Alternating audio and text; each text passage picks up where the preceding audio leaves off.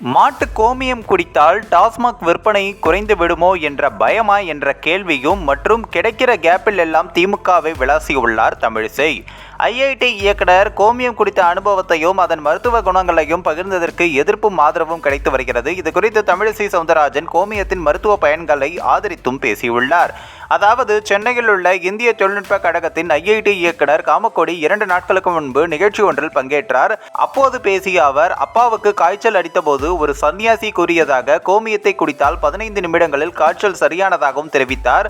கோமியம் பாக்டீரியா மற்றும் பூஞ்சை எதிர்ப்பு கொண்டது, வயிற்றுக்கோளாறு உள்ளிட்ட பல நோய்களுக்கு கோமியம் மருந்தாகவும் பயன்படுகிறது என்றும் கூறியிருந்தார். இவருடைய இந்த பேச்சு கடும் விமர்சனத்துக்கும் உள்ளானது. இந்த கருத்திற்கு சிலர் ஆதரவையும் எதிர்ப்பையும் தெரிவித்திருந்தனர்.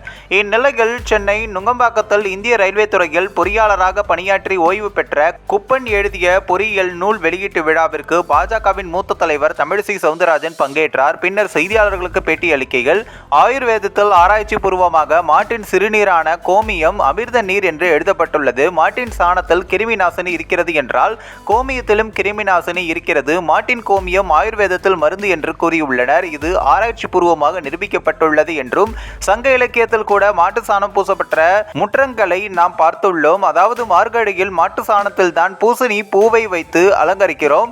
ஆப்பிரிக்கா, மியான்மர் போன்ற நாடுகளில் மாட்டின் கோமியத்தை பயன்படுத்துகிறார்கள். இதனை ஒட்டுமொத்தமாக புறந்தள்ள முடியாது. கோமியம் 80 வகையான நோய்களுக்கு மருந்தாக பயன்படுத்தப்பட்டும் வருகிறது. அறிவியல் ரீதியாகவும் தொழில்நுட்ப ரீதியாகவும் ஒரு தொழில்நுட்ப பல்கலைக்கழகத்தை, கல்லூரியை வழிநடத்துபவர் சும்மா கூறுவாரா என்றும் கேள்வி எழுப்பினார்.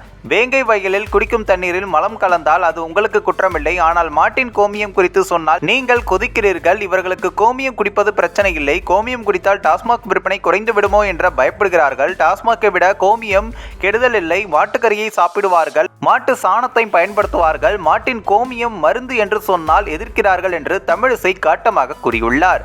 இந்த ஒரு வீடியோ குறித்து உங்களுடைய கருத்துக்களை நீங்க மறக்காம கமெண்ட்ஸ்ல சொல்லுங்க. நம்ம ஏஷியாநெட் நியூஸ் மீடியம் தொடர்ந்து ஃபாலோ பண்ணுங்க.